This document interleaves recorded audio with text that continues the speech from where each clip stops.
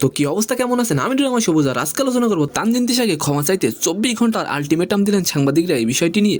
অভিনেত্রী তানজিন তিশাকে নিঃশর্ত ক্ষমা চাওয়ার আলটিমেটাম দিলেন বিনোদন অঙ্গনে সাংবাদিকরা। একটি বেসরকারি টিভি চ্যানেলে সাংবাদিকের বিরুদ্ধে অভিনেত্রীর অপেশাদারের অভিযোগ ও সাংবাদিককে উড়িয়ে দেওয়ার হুমকিতে রাজধানীর কাউরান বাজারের সার্ক ফোয়ারার সামনে মানববন্ধন করেছেন টেলিভিশন, পত্রিকা, অনলাইন পোর্টাল ও রেডিওতে কর্মরত বিনোদন বিভাগের সংবাদকর্মীরা। সাংবাদিক তামিমের বিরুদ্ধে আরোপিত অভিযোগ তুলে নিতে নিঃশর্ত ক্ষমা চাইতে 24 ঘন্টার আলটিমেটাম দিয়েছেন সাংবাদিকরা।